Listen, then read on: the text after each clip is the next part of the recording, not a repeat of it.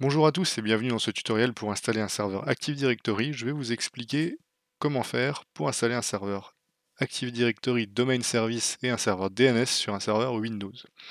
Alors première étape, je vais vous demander de bien vérifier, comme je l'ai expliqué dans la première vidéo, que vous ayez bien un nom d'ordinateur prononçable et unique au sein de votre réseau. Également, pour le serveur Active Directory, ce qui va être nécessaire, c'est d'avoir une adresse IP fixe. Donc à adapter selon votre réseau. En cliquant sur Ethernet, vous pourrez aller dans les propriétés IPv4 et vous allez pouvoir ici spécifier les adresses. Première étape, l'adresse IP en tant que telle du serveur. Vous adaptez cela à votre réseau. Moi, ce sera 192.168.10.5 pour un masque en 3x255.0.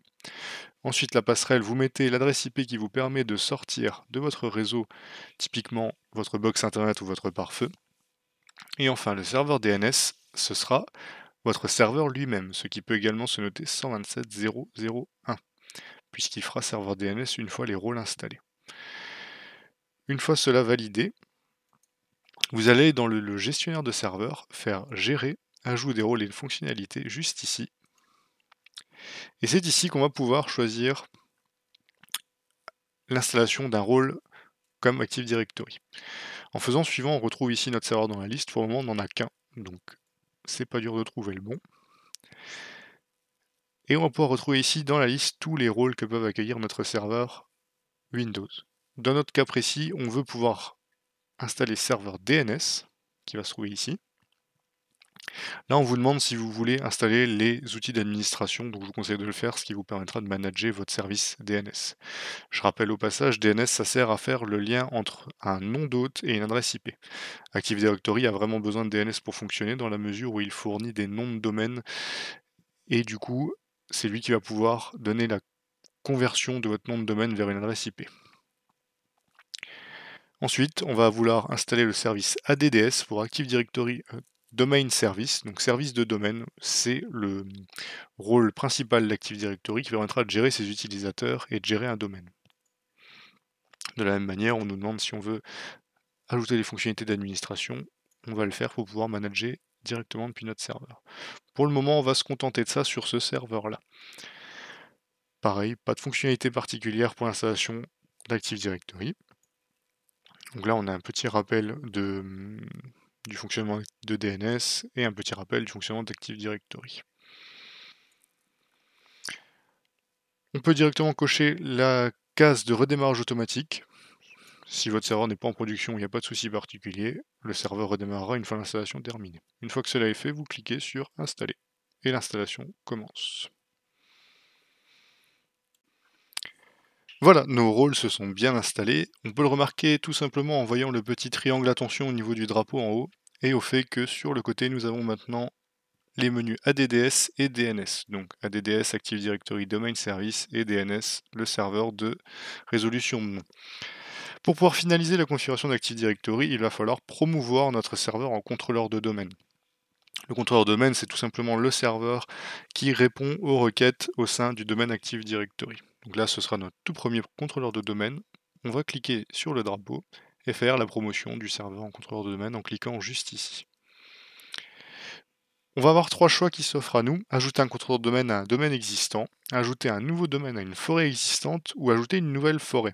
Dans notre cas précis, on n'a encore rien, on part de zéro, donc on va créer une toute nouvelle forêt. J'en profite pour préciser, une forêt, c'est un ensemble de domaines. C'est pour ça qu'ici, on a ajouté une nouvelle forêt.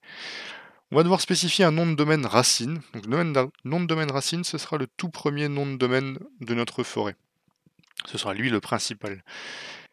On essaie de choisir un nom de domaine relativement court avec une terminaison en point local pour qu'il ne soit pas confondu avec un nom de domaine public type .fr ou .net ou d'autres extensions possibles. Donc une fois que le nom de domaine racine a été choisi et tapé, on tape suivant.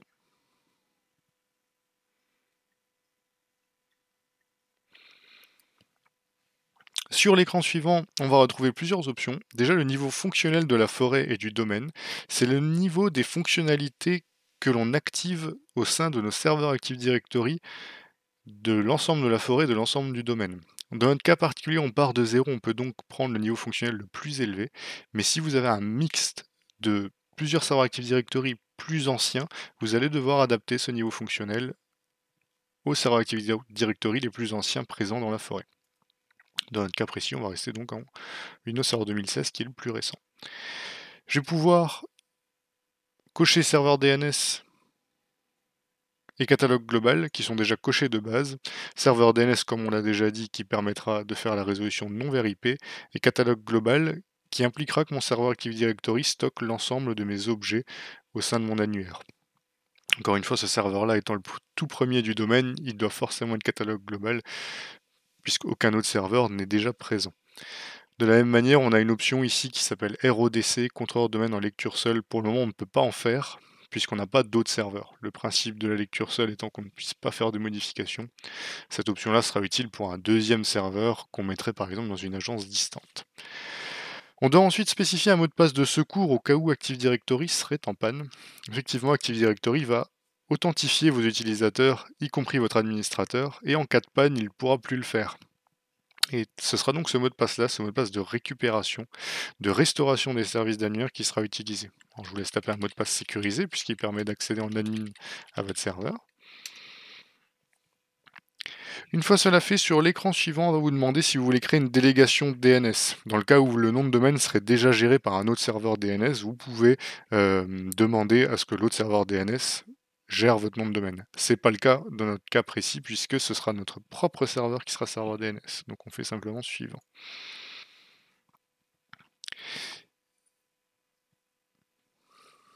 Ici, on va se voir attribuer un nom NetBIOS qui est une alternative à DNS plutôt ancienne.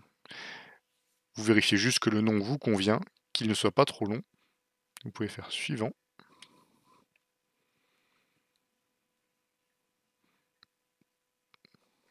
Ici, on va voir où seront stockées les données propres à Active Directory. Donc par défaut, il se trouve dans CWindows, NTDS et Sysvol. C'est un emplacement tout à fait correct, pas besoin de le changer. On va ensuite retrouver un récapitulatif de tout ce qu'on vient de demander. Vous pouvez le vérifier. Et une fois que c'est OK, vous faites suivant. Le serveur va vérifier que vous n'avez pas d'erreur particulière en termes de prérequis. On va retrouver deux avertissements. Le premier qui nous indique qu'on ne peut pas créer de délégation pour ce serveur DNS. Encore une fois, comme je vous ai expliqué tout à l'heure, dans notre cas précis, étant donné que la zone n'existe pas et que c'est le premier serveur de la zone, c'est tout à fait normal. Le second pour nous prévenir que nous n'aurons pas de compatibilité avec les anciens serveurs Windows NT 4 pour des raisons de sécurité. Sauf qu'à précis, encore une fois, aucun souci particulier, vous pouvez cliquer sur installer. Nous revoilà du coup après un redémarrage. Notre serveur est en train de finaliser son installation d'Active Directory.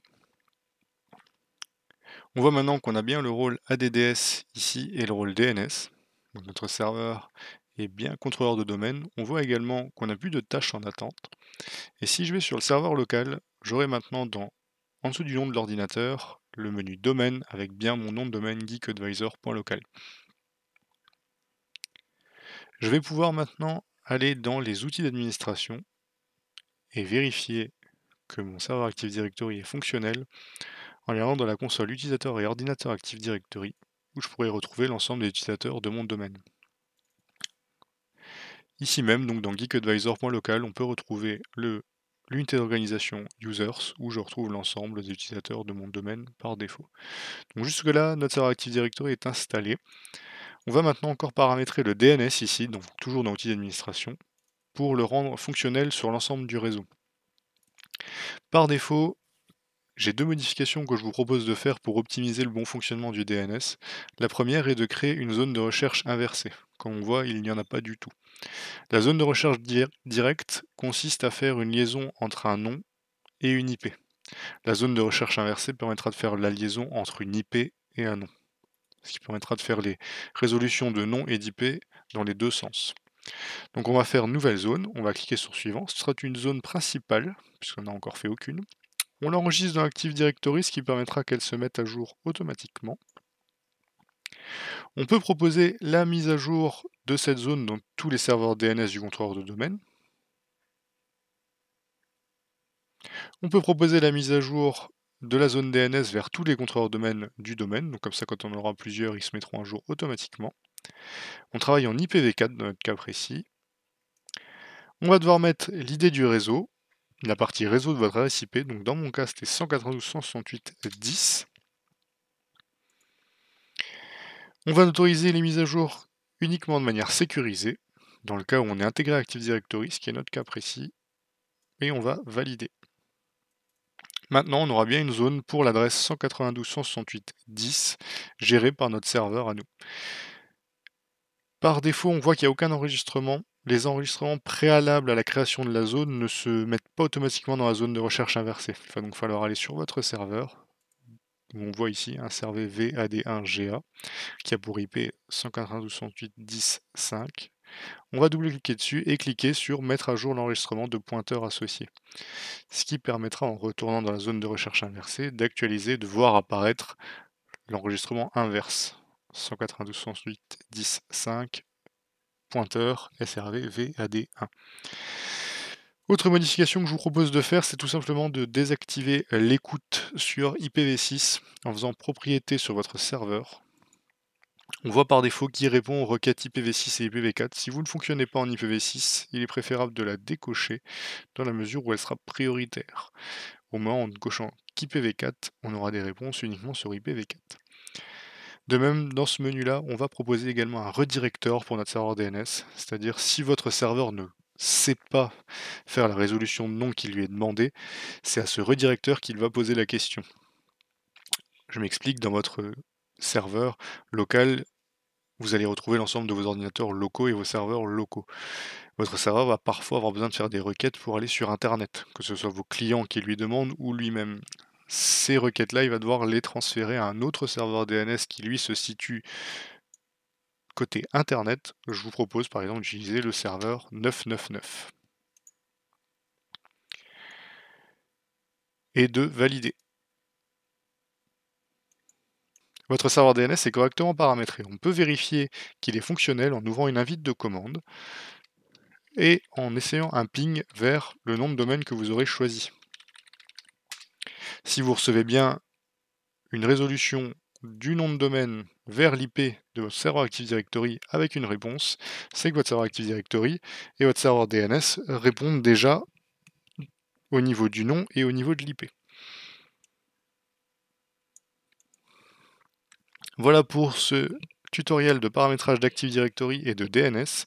Dans le prochain tutoriel, nous verrons comment rajouter un deuxième serveur Active Directory au sein de la forêt et au sein du domaine pour une meilleure redondance et davantage de sécurité. Bonne journée à tous!